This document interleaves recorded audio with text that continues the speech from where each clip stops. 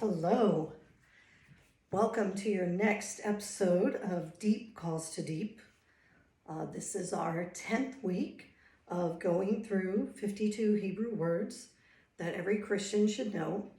And our word for the day and our practice is tal, and it means do.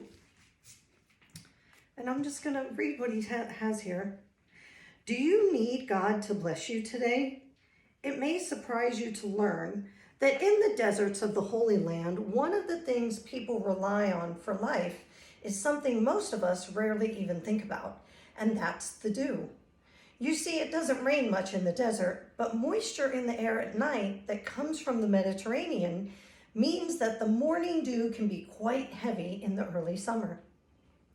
The Hebrew word we translate as dew is tal, which throughout Scripture is a word picture of God's blessing and His mercy. Since desert people were dependent on dew to water their crops so they could survive, it's easy to see why this overnight condensation became a symbol of God's favor and blessing on a daily basis. What I love about this is that dew is less obvious than rain. Rabbi Ruth Gaius says, to be aware of the dew is to become alert to all of the hidden goodness of God that we so often take for granted. God's undeserved kindness may not always be obvious to us every day, but like dew in the desert during summer, it is always constant. Well, it says do you, but I'm going to say, do we need a reminder of God's goodness today? Do you need to be made aware of His blessings in your life and my life? Pray for God to remind you today of His undeserved kindness. And keep an eye out for it too while you go about your day today. Is there something you've asked for that maybe He has blessed you with and we just didn't even notice that it came from His hand? And then we're going to move into our practice. And for your practice, if you have sensitive knees, you may want a blanket. And it may be helpful, depending on how flexible you are, to have 2 yoga blocks. So we're going to start just on our knees with our shoulders stacked over our hips, stacked over our knees. And we're going to take our left leg, and I want you to step that leg forward. So I have it a little bit in front of me, but my foot is farther out in front so that when I lean forward, I guess I should scoot back so you can see that. So when I lean forward, my knee stays in line with my ankle. You don't want your knee to go way far past your toes. So with your hips square and your heart centered forward, I just want you to shift your weight forward, feeling a nice deep stretch here in the back hips. You're going to keep your gaze straight and just hold. Settle the shoulders. And you can even play with your foot placement if you want to. I know some people prefer to hook their toes. I like to press mine down and away from me. And you're going to inhale and come back up. And then I want you to walk that front foot out to the side. So my pinky toes are on the outer edges of my feet. And I'm going to take my block and bring it right across from my foot. I may even need to walk it farther forward. And I want you to just lunge as deeply as you can.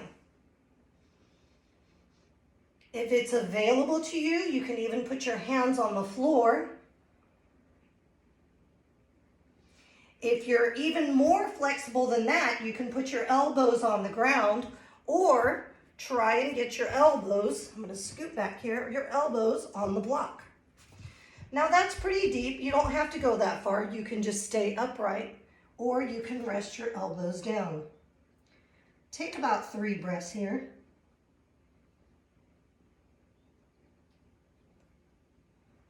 And then press your hands into the block. And now you're going to straighten that leg. The leg that was just bent. And you're going to try to hinge forward. Hands can be on the block. Your hands can be on the floor. You can then just go back and forth. Bend and straighten, and bend, and straighten. And just do this a few times.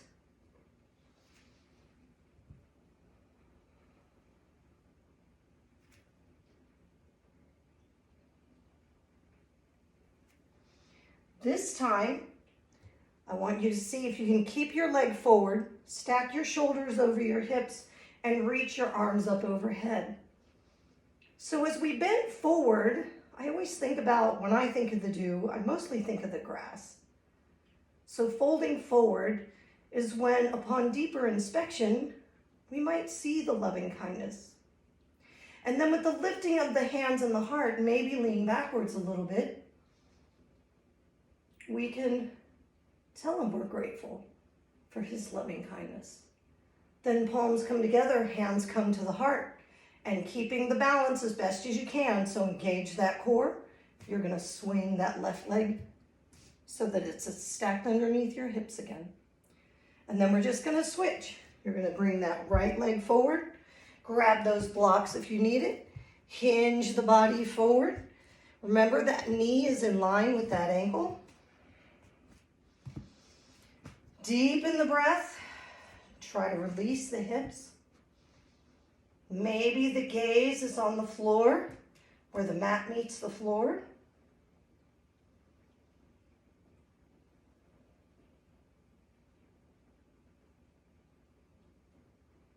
Taking deep ujjayi breaths or just slow deep breaths.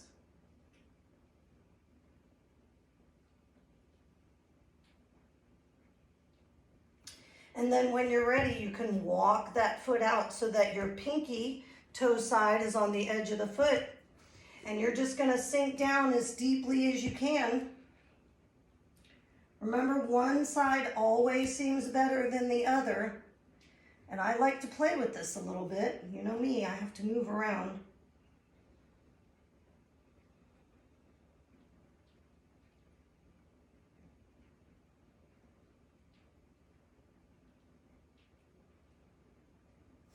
And then hands back on the blocks. You're going to straighten that front leg out.